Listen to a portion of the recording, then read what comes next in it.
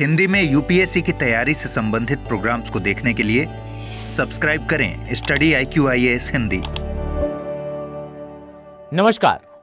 अगर मैं आपसे कहूं कि भारत के खासकर उत्तरी भाग में बहने वाली नदियां जैसे गंगा, यमुना, ब्रह्मपुत्र या सिंधु ये आने वाले समय में अपना रास्ता ड्रास्टिकली चेंज कर सकती हैं और ये नदियां जिस दिशा में बह रही हैं उसके एग्जैक्टली विपरीत दिशा में तक इनका प्रवाह हो सकता है, तो शायद जानकर आपको आश्चर्य हो। और आश्चर्य आपको तब और भी ज्यादा होगा जब आप इस बात को समझेंगे कि ये आज से लगभग 2500 साल पहले हो भी चुका है और वैज्ञानिकों का यह कहना है कि आने वाले समय में इसके घटित होने की एक बड़ी संभावना है और इसका कनेक्शन कहीं ना कहीं हिमालय से है और यह आने वाले समय में एक बड़ा ड्रास्टिक चेंज लेकर आ सकता है। आज के इस वीडियो में इस पर डिटेल में चर्चा करते हैं। सबसे पहले तो खबर पर अगर हम नजर डालें तो भाई एक सहज सी इंफॉर्मेशन के फॉर्म में यह बताया गया कि भाई भूकंप और गंगा नदी तंत्र का एक खासा संबंध इतिहास में रहा है। अब यहां आपके दिमाग में प्रश्न आएगा कि भाई एक नदी का और एक भूकंप का आपस में क्या कनेक्शन, चर्चा करने वाले हैं, ध्यान से समझिएगा। सबसे पहली चीज तो ये कि भाई वर्तमान में ये बताया गया कि अभी से बहुत समय पहले एक प्राचीन भूकंप आया था, प्राचीन समय में एक भूकंप आया था और इस भूकंप ने जो है वो गंगा नदी के प्रवाह को एक ड्रास्टिक मैनर में चेंज तो करा था। इसके साक्ष्य बेसिकली वैज्ञानिकों के पास पहले से हैं। अब प्रश्न ये उठता है कि आने वाले समय में इसकी संभावना क्यों है। आइए जरा इस पर चर्चा करते हैं। ध्यान से देखिए, ये जो मैप आपको यहां दिखाई दे रहा है, आप स्पष्ट तौर पर इसमें देख पाएंगे भारत की कुछ महत्वपूर्ण नदियों को। अब अगर मैं आपको रेखांकित कर कर कुछ चीजों को हाईलाइट करके बताऊं तो यहां ध्यान से देखिए, आपको दिखाई देगा भाई इस स्थान पर बहती हुई मेजर रिवर गंगा, इसकी सहायक नदी के रूप में यहां दिखाई देगी आपको यमुना, इसके अलावा रामगंगा, गोमती, घाघर, गंडक, कोशी, महानंदा। इसी तरीके से यहां आपको दिखाई देगी सिंधु, भाई यहां झेलम, चेनाब, रावी, ब्यास एंड सतलुज, ये सारी नदियां। अब जरा इस बात को समझिए कि आज के समय जो आपको मेजर रिवर दिखाई देती है उत्तर भारत में वो गंगा है और उसकी एक सहायक नदी यमुना। और रियलिटी तो भाई ये है कि वास्तविकता में आज आपको जो यमुना दिखाई देती है, ये यमुना रिवर जो है वो एक समय पर सहायक नदी हुआ करती थी, गंगा की नहीं भाई, एक प्राचीन नदी जिसे कहा जाता था सरस्वती। और यह वही सरस्वती नदी है जिसका उल्लेख बेसिकली आपको ऋग्वेद में मिलेगा और यह वही सरस्वती नदी है जिसका साक्ष्य आपको राजस्थान में मिलता है। यानी कि एक समय पर यमुना वॉज ट्रिब्यूटरी यानी कि सहायक नदी थी, ये किसकी, बेसिकली सरस्वती की। यानी कि यमुना गंगा का हिस्सा एक समय पर नहीं थी, यमुना हिस्सा थी सरस्वती का और सरस्वती जाया करती थी अरब सागर में। अब यहां पर इसमें वैज्ञानिकों में थोड़ा, भूगोलवेत्ताओं में थोड़ा मतभेद है।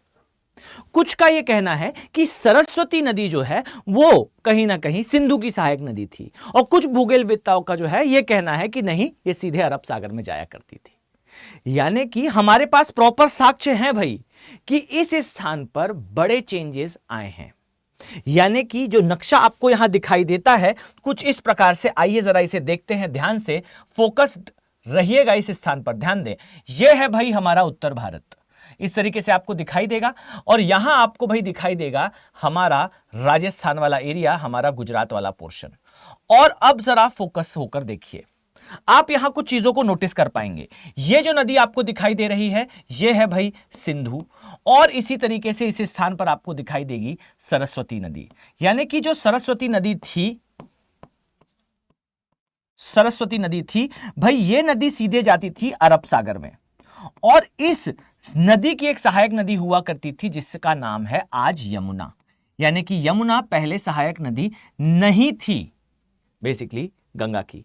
अब ऐसा क्या हुआ कि यमुना ने अपना डायरेक्शन बदल लिया गंगा की तरफ, तो इसके बारे में समझें तो आप एक बात समझ पाएंगे कि यमुना का रास्ता जो इस प्रकार से था यह आगे जाकर जो मिलता था सरस्वती से, इसके बीच में आया करता है भाई अरावली।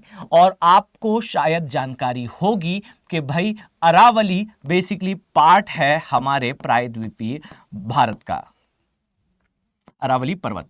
ये जो है ये हिस्सा है बेसिकली हमारे प्रायद्वीपीय भारत का। और हुआ एग्जैक्टली यही है कि इस स्थान से जो है वो गंगा का क्षेत्र है और गंगा अपने इस रास्ते पर गमन करती है।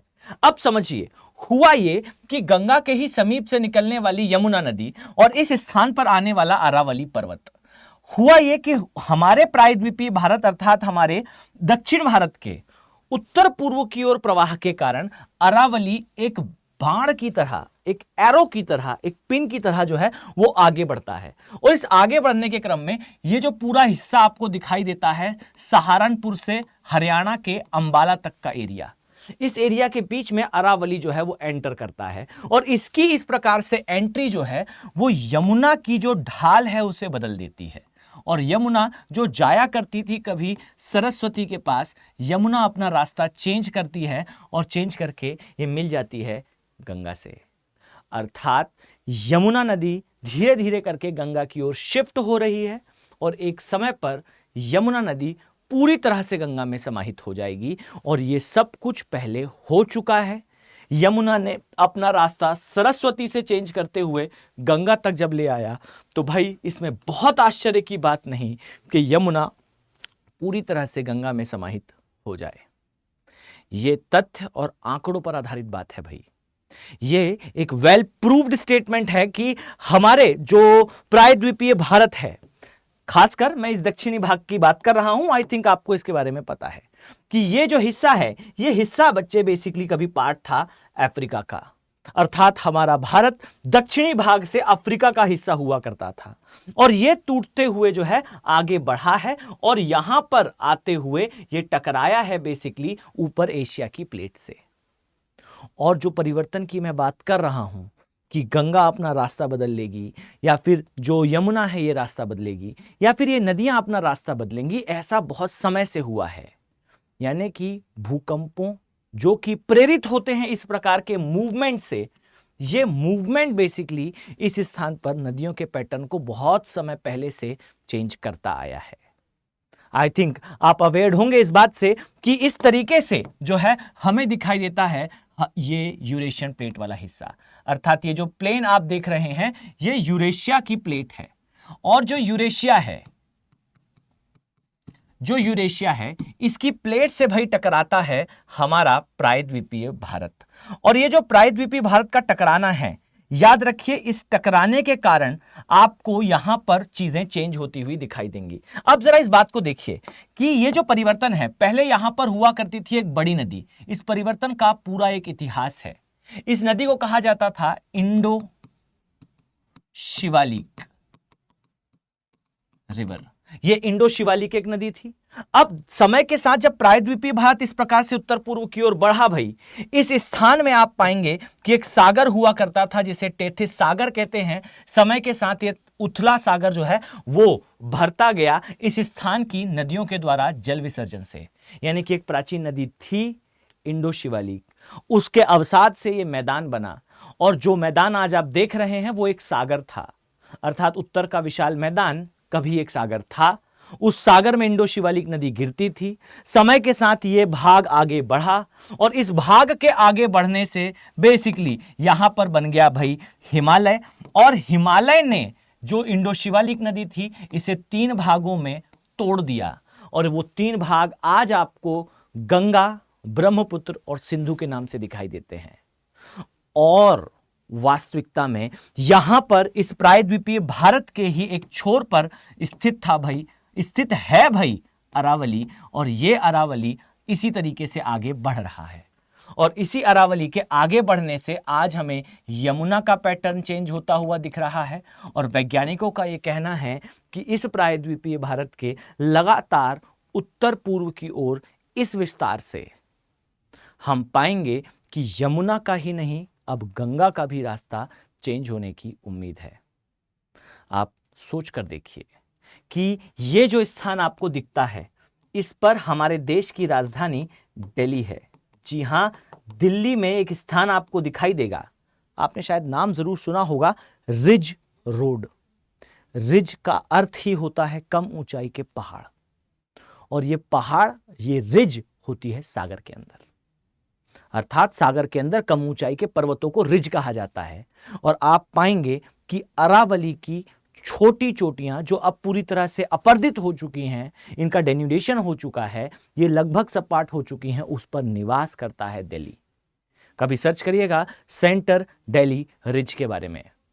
ये अरावली का ही विस्तार है जिस पर दिल्ली पूरा बसा हुआ है और ये पूरी दिल्ली हिमालय की ओर बढ़ रही है और इस कारण यहां के रिवर पैटर्न में चेंजेस आने की उम्मीद है, यह कहा गया है इस पूरे आर्टिकल में। जानकारी काफी महत्वपूर्ण है उन अभ्यर्थियों के लिए भी जो आईएएस एग्जाम की तैयारी कर रहे हैं। और इतना ही नहीं, यह पैटर्न अगर आप सोचें कि भाई हम कितने दुर्भाग्यशाली हैं कि हमारे ही देश में हमारी नदियों का पैटर्न चेंज हो रहा है, तो ऐसा नहीं है। याद रखें कि ये जो चेंजेस हैं आपको दिखाई देंगे भाई उत्तरी अमेरिका में भी। एक लाइन है जिसे वाटर डिवाइड लाइन कहा जाता है, जल विभाजक रेखा कहा जाता है भाई उत्तर अमेरिका के लिए।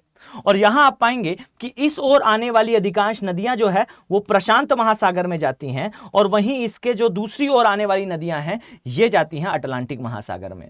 और यही जो घटना अभी हमारे साथ हुई हिमालय की उत्पत्ति से, डियर, वही कुछ घटना उत्तरी अमेरिका में भी आपको दिखाई देगी, जहां इसकी बड़ी नदियां जैसे मिसिसिपी, मिसोरी या रियो ग्रैंड नदियां, ये नदियां जाती हैं अटलांटिक महासागर में। जबकि यहां आप ध्यान से देखें तो जरा इसे मैं क्लीन करूं तो आपको बेहतर तरीके से दिखाई देगा कि भाई रियो ग्रैंड नदी जो आपको दिखाई देती है इस प्रकार से, ये जा रही है गल्फ ऑफ मैक्सिको में अर्थात अटलांटिक महासागर में। और इसके बिल्कुल समीप ही है स्थित एक अन्य नदी, ध्यान से देखिए, कोलोराडो नदी है जो जा रही है प्रशांत महासागर में। यानी कि इस स्थान पर भी पर्वत और भूकंप के कारण नदियों ने अपने रास्ते चेंज करे हैं। आई थिंक आपके लिए यह जानकारी महत्वपूर्ण है और महत्वपूर्ण इसलिए भी है क्योंकि ये आपके आईएएस एग्जाम के सिलेबस का एक महत्वपूर्ण भाग है। परंतु ये जानकारियां आपको सहज रूप से देखने को नहीं मिलेंगी, पर ये प्रश्न अक्सर पूछे जाते हैं। और यही कारण है कि जिन विद्यार्थियों का ऑप्शनल सब्जेक्ट ज्योग्राफी होता है, अर्थात जिनका भूगोल वैकल्पिक विषय है, उन स्टूडेंट्स के लिए हमेशा यूपीएससी के इवन प्रिलिमिनरी एग्जामिनेशन में भी एक एज आपको दिखाई देगा कि भाई जिनका सब्जेक्ट ऑप्शनल ज्योग्राफी है उनके अंक प्रिलिमिनरी एग्जामिनेशन में भी शानदार आते हैं। और इसीलिए अगर आपका ऑप्शनल सब्जेक्ट ज्योग्राफी है तो डियर वेलकम, आपके लिए एक बेस्ट अपॉर्चुनिटी है मेरे साथ जुड़कर अपने ऑप्शनल सब्जेक्ट को और भी ज्यादा क्रिस्टल क्लियर और रॉक सॉलिड बनाने की। अगर आपको भौगोलिक चीजों में इंटरेस्ट है, अगर आपको इंटरेस्ट आता है इस प्रकार से समझ के आधार पर चीजों को जानने का, समझने का और इससे अंक अर्जित करने का, तो आपके पास एक शानदार मौका है। आप मेरे ऑप्शनल बैचेस में अर्थात भूगोल वैकल्पिक के हमारे सेपरेट बैचेस में हमारे साथ जुड़ सकते हैं। इन बैचेस की खास बात यह है भाई कि ना केवल इस बैच को ज्वाइन करने पर आप अपने यूपीएससी के मेंस एग्जामिनेशन में 300 प्लस मार्क्स स्कोर कर पाएंगे, बल्कि हम इस अप्रोच से इस बैच को रन करने वाले हैं कि आपका अर्थात आईएएस एस्पिरेंट का एटलीस्ट यूपीएससी का प्री में आने वाले 30 प्लस क्वेश्चंस, अर्थात वो प्रश्न जो भूगोल और पर्यावरण से बिलोंग करते हैं, जो सभी के लिए कठिन होंगे, they're like a peanut for you, ये आपके लिए बहुत आसान होने वाले हैं। कारण है आपका ऑप्शनल सब्जेक्ट होने वाला है ज्योग्राफी।